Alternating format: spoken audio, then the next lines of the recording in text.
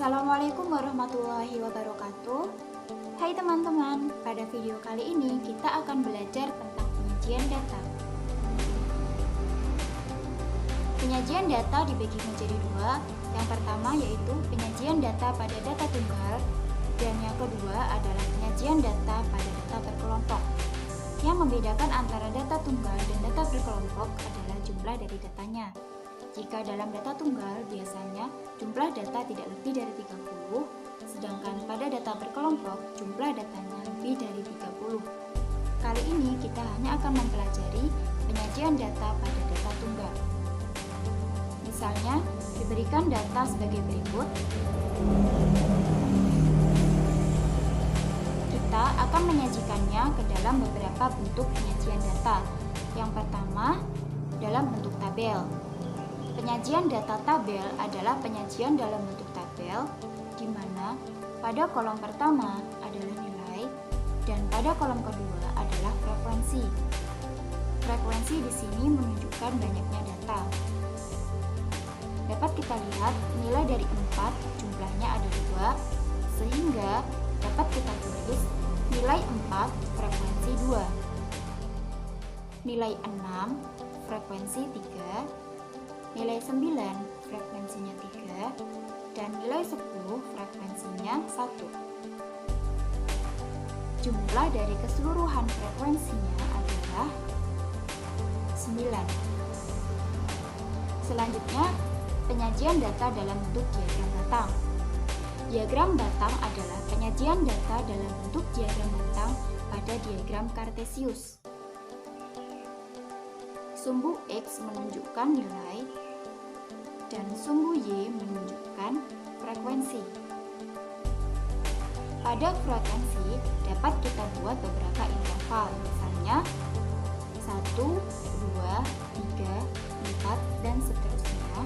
Sedangkan pada nilai disesuaikan dengan data yang akan kita masukkan, yaitu 4, 6, 9, dan 10. Nilai 4 banyaknya frekuensi ada 2, kita gambar seperti ini. Nilai 6 frekuensinya 3, nilai 9 frekuensinya 3, dan nilai 10 frekuensinya 1. Dengan diagram batang ini, kita dapat dengan mudah melihat mana nilai dari data yang paling tinggi dan mana nilai dari data yang paling rendah. Selanjutnya, penyajian data dalam bentuk diagram garis. Diagram garis adalah penyajian data dalam bentuk garis pada diagram Kartesius.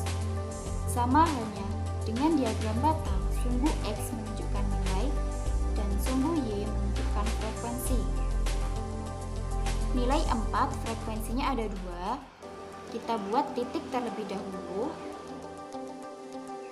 Nilai 6 frekuensinya 3, nilai 9 frekuensinya 3, dan nilai 10 frekuensinya 1. Dari titik-titik ini kita hubungkan sehingga membentuk garis seperti ini. Dengan diagram garis ini, kita dapat mengetahui kapan nilai dari data itu naik atau kapan nilai dari data tersebut menurun. Selanjutnya, penyajian data dalam bentuk diagram lingkaran. Diagram lingkaran adalah bentuk penyajian data dengan menggunakan lingkaran. Sebelum kita membuat lingkaran, kita harus tahu terlebih dahulu sudut-sudutnya. Dengan menggunakan rumus sudut N sama dengan banyaknya N per banyak seluruh data kali 360 derajat. Misalnya contoh dari data sebelumnya. Langkah pertama kita cari sudut dari nilai 4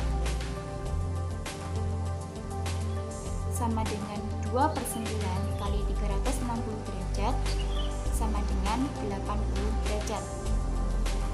Yang kedua kita cari sudut dari nilai 6 sama dengan 3/9 kali 360 derajat sama dengan 120 derajat.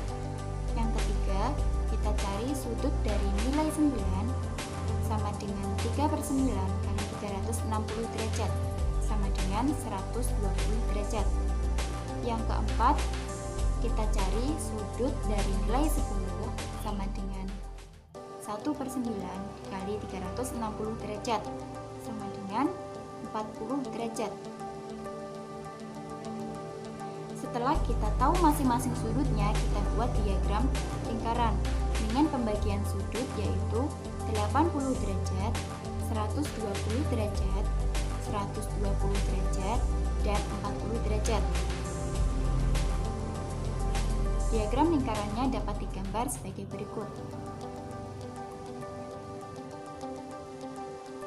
Selanjutnya kita masuk ke dalam contoh soal. Buatlah diagram batang dari data tersebut. 2, 3, 5, 2, 5, 3, 7, 6, dan 5. Langkah pertama, kita harus mengurutkan data dari soal. Diperoleh data sebagai berikut.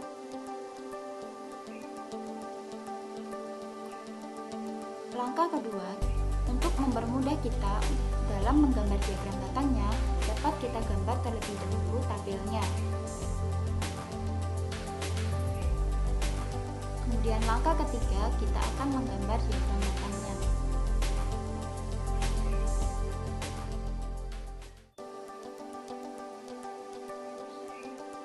Nilai dari 2 frekuensinya 2, nilai dari 3 frekuensinya 3, nilai dari 5 frekuensinya 3, nilai dari 6 frekuensinya 1, dan nilai dari 7 frekuensinya 2.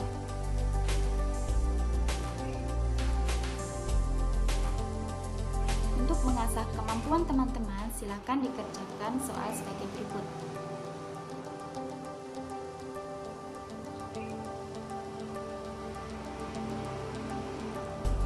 Sekian video kali ini. Sampai jumpa di video-video selanjutnya. Terima kasih. Wassalamualaikum warahmatullahi wabarakatuh.